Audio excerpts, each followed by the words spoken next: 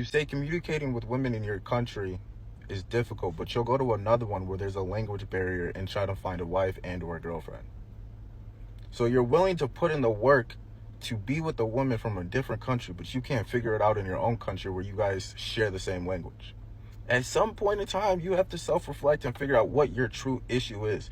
Because there's no way in the world it's easier to go to a different country and find a woman unless that woman is being with you and or has a different motive. Hello YouTube, it's your boy, the Passport Bro Wingman, coming at you again with another YouTube video. The title of this video is called Passport Bros is Counterproductive. Fix the dating culture in your country first and then travel out, says critic. The way this video came about was I was watching a few video clips, and in a clip at the beginning of this video caught my eye, and I wanted to address a lot of the pushback coming from the detractor that was speaking at the beginning of this video. And to sum up to sum up his logic pretty much is, it doesn't make any sense for you to put in all the work to go overseas, to learn a new culture, to learn a new language, to overcome cultural differences, to meet a girl and then bring back to the States, versus using that same amount of energy and productive time to pretty much fix the culture here in the United States and find a girl here. So he's just pretty much saying, for the most part, as I stated in the title, that he thinks it's somewhat counterproductive. Like, you're actually spending more time, energy, and resources trying to build a relationship with a woman who's outside of the country, versus you could have used that same time to do that in the United States and probably save time and save money, in his opinion. And this is just flat out wrong. It's a bad argument. And he hasn't been the first. There's been other people that have said, similar little, counter arguments to the whole Passport Bro movement. So let me kind of address this. So first off, obviously I disagree. The way I look at it is like this. Let's say that I'm applying for a job, and let's say that I want a 401k. I want 20 days vacation time. I want to work remotely as well. Yeah, I can stay here in the States and go from job to job to job. But at the end of the day, the company has the overall authority whether or not they're going to give me what I've been requesting. Some companies will do it. And again, you can go to company, and maybe sometimes here and there, you will find a company that has all those different things you're looking for. But keep in mind, a lot of times when you're doing interviews and you're applying for a job, it's kind of like, yeah, these are some things you want, but it also is a matter of, do you have what the company wants as well? So although this company may be offering 20 days vacation, remote time, and a lot of other perks and so forth. But what if a company says you need to have a degree from Harvard, or you need to have 10-year degree, i.e. basically the women who are saying you got to have a six pack, you got to be 6 feet tall. So even though she may be beautiful, she may look fit, she may look fit, she may look beautiful. She looked like someone I could possibly work with, but now it's a matter of, does she see me as somebody that she wants to work with? As we know from what Dennis Sperling was saying, I believe 60% of men are in the middle class and they're childless, and then like another 25% are married, which means there's like 15% of men who don't have, pretty much there leaves about 15% of men who pretty much are pretty much birthing all the children. So when you have this almost 80% single mother rate in the black community, that means that majority of those women are sleeping with this same 15% of men. And a lot of times, as especially in the black community, they're only dating really like Pookie and Ray Ray, or if they are dating a decent dude, it's a guy who's like an entertainer. He might be like a basketball player. He's like he's a senator, something very high profile, or like, some high paid comedian or something like that. It's usually one of those type of men that usually is that these women are usually dealing with, even though they don't get them. But these are the women that these are the men that they're trying to pursue. And obviously these men, a lot of times don't settle down with them. They wind up doing like Nick Cannon. No offense to him, but having like 10 baby mamas. So like, majority of them end up, either wind up being the fifth baby mama, or they wind up just getting passed around without ending up with a husband, and now they're like 40 years old and they got dogs and cats and wine. And of course, to be honest, few here and there, small percentage of them, okay, maybe they do eventually lock down, one of these basketball players or something like that, even though the guy's still messing around on them.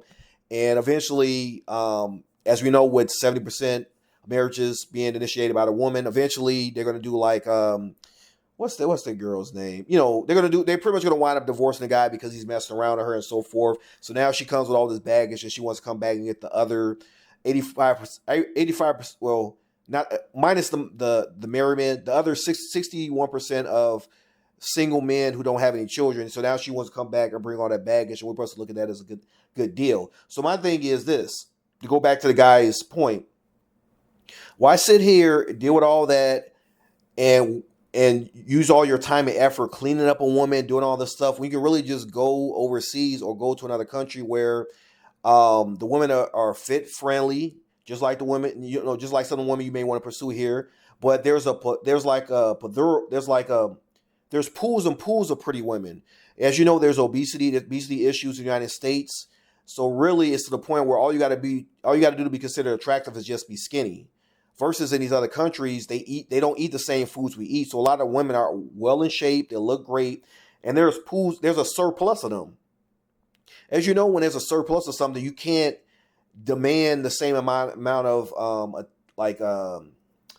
you can't demand the same amount of rights and not rights, but like perks and that kind of thing, because there's so much competition. As a result of there being so much competition, the value of men go up in these countries, so you don't have to really do a lot of the bojangling that you have to do here to get a few females and that kind of thing. So it doesn't make any sense. To go back to my analogy, of course, here in the United States, a job paying maybe like $50,000, can easily have they probably have pools and pools of people competing for the job in a recession, because you don't have, because you're competing with the college students. You got some people who have like Harvard degree. Basically, what I'm trying to say is that in a country where, like, let's just say like the United States, like currently there's like a recession going on. So the recession, the jobs have pretty much the pick of the litter. So they're going to be extra picky. So even jobs that don't really have that much to offer, like there's plenty of jobs that just are like little part-time contract jobs, but because the conditions are so bad in that country, a lot of people just settle for less just to have a job. And the same thing, the dating scene, like I think they were saying about 30% of men under, I think it was like 18 to like 32 had any pooling within like the last 2 years or so. So of course at that point they'd been going without it so long, been so starved that they'd almost settle for anything. But why do that when you can easily just go somewhere where where things are the reverse, versus in this country where there is a deficit of beautiful women because of the obesity rate, women burning out their hair with all these chemicals in their hair, all these little products on their face, versus other countries where the women are naturally beautiful. There's no obesity issue, and there's pools and pools of beautiful women. So here, there's a deficit, but in other countries, especially in South America and the Southeast Asia, there's a surplus of beautiful women. So they're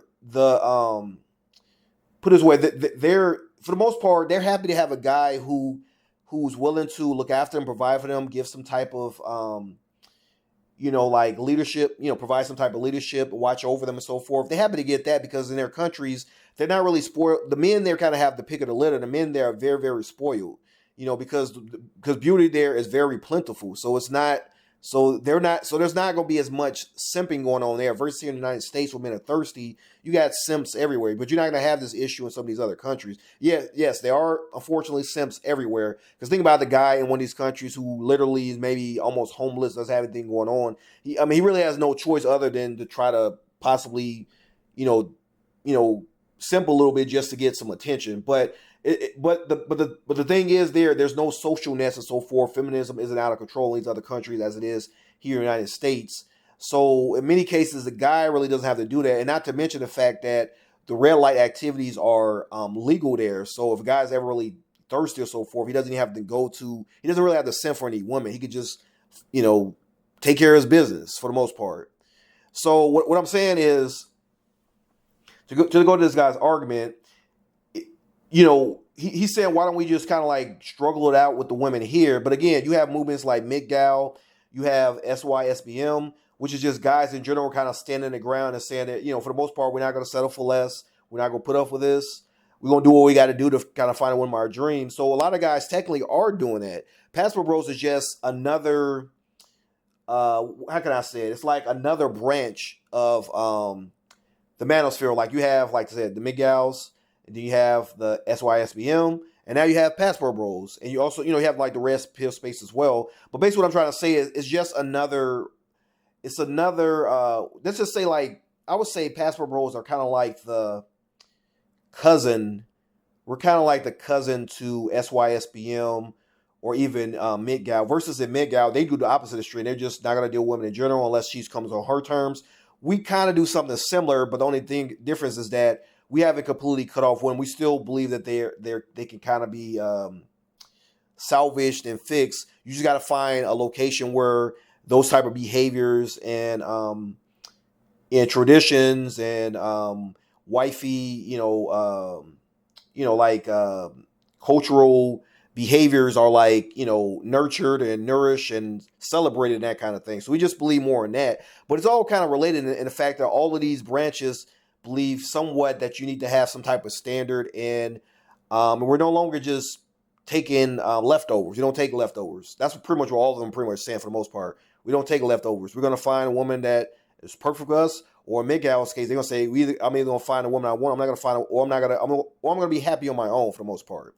That's pretty much what they're saying. So there is struggling and trying to fix the dating scene here in the United States. I would say overall we're winning here in the States because you got women now breaking down on TikTok. A lot of these I don't need a man and stuff like that. Those women, a lot of those women break down on TikTok saying they made a mistake. You got a lot of women who used to be diehard feminists changing their mind, saying they've been lied to. And that's because of this recession. But let this recession get even harder than it is. It's only going to get worse over time because now, as you notice, in certain cities like Chicago, New York, they're kind of somewhat bankrupt, which means a lot of these little social nets, they don't have the funding to really do that. So at some point, a lot of these little social programs, a lot of women used to depend on to kind of kick the man out of the house, they're not going to be there anymore. So you're going to start seeing a huge change in behavior towards men. So I would say, yeah, we are fixing things here.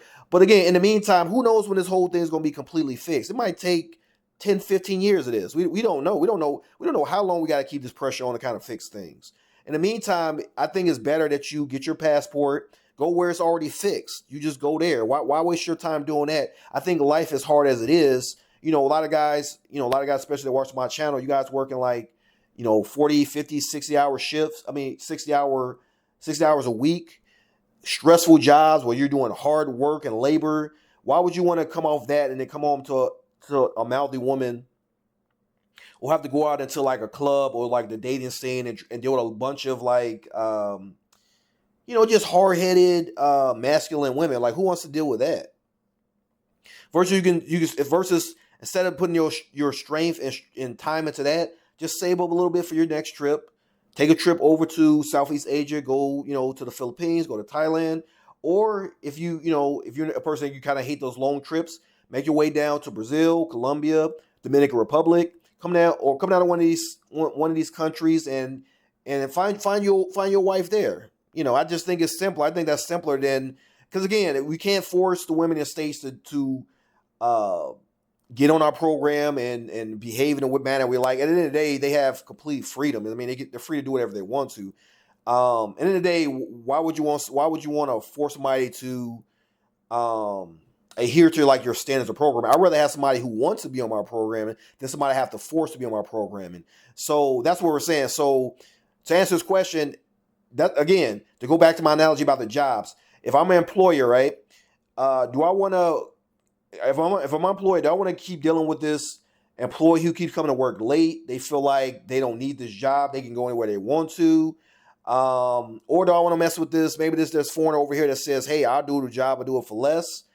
All you got to do is give me a visa. Like, which would be easier, And on the other side of the scenario, let's say the same thing. Let's say like you are the employee and you're applying for a job. Do I want to fight this employer to make them give me 20 days vacation when they only can offer 5? Do I want to go on strike and deal with them and protest and go on news networks to talk about how bad the conditions were working there, worry about them suing me? Or do I just want to look over to maybe one of these other countries like maybe Germany or China? They have like a job teaching their students their English. Teach them English, and we'll give you 20 days vacation time, and we give you, summers off. Sounds like a better deal to me. I would rather just go there where I get better treatment. I feel like I love my job, and I don't have to put up a lot of stress. And I feel like my employees really take care of me. Why? It's a no-brainer. Like, why would I stay here and struggle and go through all that, go through strikes and do all that stuff when I can just go somewhere else where everything's already set up and packaged, and I don't have to deal with all that? Like, I know his mind, he might be trying to say they were like running it. It has nothing to do with running. Again, we don't own these women. And as some people have said, we haven't owned our women for a very long time, probably since like the slavery days. So we've been consistently having a struggle about coming back to the table with the same conversation over and over. I mean, I feel like we're winning, but again, who knows when we'll have ultimate victory? It may take 30, 50 years. We don't have time to be waiting to get married 30, 50 years. Just find a woman who wants to settle down with you, get on your programming, and deal with that woman. So I kind of went on for a while. I want to keep this video kind of short. But you guys tell me what you think. What do you think about what's your response to this guy? Do you think that we're being counterproductive by going overseas and learning the culture and language there versus taking that same energy and trying to fix the dating scene here? Do you think we're counterproductive, or do you think that's a good idea, or do you think we should stay here and fix it? Like, what do you guys think? To all my ghost listeners, please subscribe to my channel. If you have not, please share my video. Please hit the thumbs up. Also hit the notification bell so you know my new videos are coming out. Got a lot of new content coming this year. And until next time, this is your boy, the Passport Bro Wingman, signing off. Dear Passport Boys, dear Passport Bros, stop calling yourself Passport Boys and Passport Bros. Are you going to the Philippines to look for a Filipina queen or what? So stop calling yourself Passport Boys and Passport Bros. Start calling yourself Passport Kings.